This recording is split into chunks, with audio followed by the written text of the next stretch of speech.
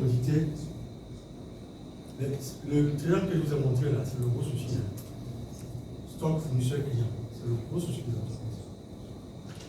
Stock, fournisseur, client. Là, le triangle est mal géré. Quand c'est mal géré, automatiquement, on va avoir un souci de trésor. Et quand vous avez un souci de trésor, même si vous avez de bons ratios, c'est pas comment vous allez faire pour continuer l'activité. Parce que le nerf de la guerre, comme on dit, c'est la liquidité. C'est bon, je peux avancer. Donc, si on parle des ratios de rentabilité économique, parce que les ratios de rentabilité économique,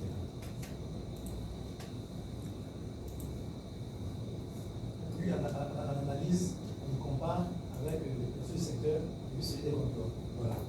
Déjà, si vous avez les secteurs, c'est plus la peine de prendre parce que les contrôles sont supérieurs à la compilation des BNS. Est-ce que c'est bon? Allons-y. On dit que ces ratios-là, ça vous donne la performance économique de votre activité. Si vous avez des filiales, il faut les prendre là-dedans et puis les centres de profit aussi. Et on dit, pour cette raison, il est souvent utilisé comme indicateur de performance au sein des groupes. C'est bon pour les salades mauves. C'est bon aussi pour Bolloré. Excusez-moi la publicité. C'est bon aussi pour, je peux citer encore, même NCA. C'est bon aussi pour EcoBank. Vous faites des affaires pourquoi? Vous faites les pertes, vous faites les bénéfices. Donc, quand vous êtes responsable quelque part, la première chose qu'on va vous demander, c'est quoi le résultat? La profitabilité. Il faut vous arranger pour faire de bons profits, sans maquiller le compte, parce qu'il y en a qui maquillent le compte. Maîtriser la dépense d'investissement, parce qu'on a parlé de surinvestissement en haut. C'est-à-dire, si vous investissez et ça ne produit pas, c'est pas bon. Est-ce que ça va à ce niveau-là? C'est bon? Ce qu'il faut comprendre, c'est les ratios qu'on a vues précédemment. Ça, c'est les petits commentaires qu'on a ajoutés là-dessus. Donc, le premier ratio que vous avez, c'est les ratios de rentabilité économique. Mais vous avez vu d'autres ratios. Les sols intermédiaires de gestion sur le chiffre d'affaires. Chaque sol intermédiaire de gestion sur le chiffre d'affaires représente un ratio. Mais lui, il se compare, ce n'est pas par rapport à l'autre. Il se compare par rapport à l'année qui suit ou à l'année passée.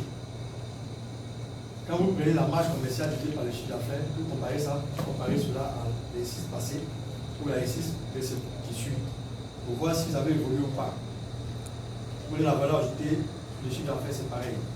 L'excédent prix d'exploitation c'est pareil. Mais ce qui est important, c'est l'excédent prix d'exploitation, parce que lui il te permet de voir si dans 2 ans, 3 ans, tu ne seras pas en faillite. On a vu ça dans le sol intermédiaire, c'est facile pour ceux qui étaient là. J'ai parlé de le sol intermédiaire, j'ai même montré les commentaires.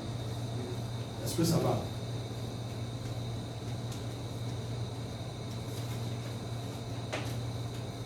On dit de bien veiller à une bonne gestion des besoins en fonds de roulement. Pour cela, qu'est-ce qu'il faut faire? Bien gérer son besoin en fonds de roulement, c'est quoi? C'est bien gérer les stocks et puis les crédits clients. Toutes les créances. Mais n'oubliez pas que si votre chiffre d'affaires augmente, le besoin en fonds de roulement va augmenter. Mais vous ne voyez pas le lien. Si j'achète, je vends pour 100 millions,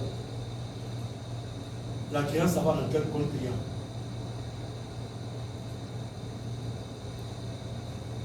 C'est 416 clients, c'est 100 millions.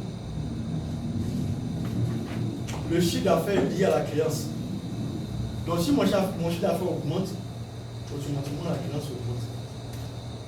Si mon chiffre d'affaires diminue, la créance aussi diminue. Donc c'est pour ça qu'on dit veiller à une bonne gestion du besoin en fondement, stock et créance. Si on a mis crédit client juste pour pousser les choses, mais c'est les créances.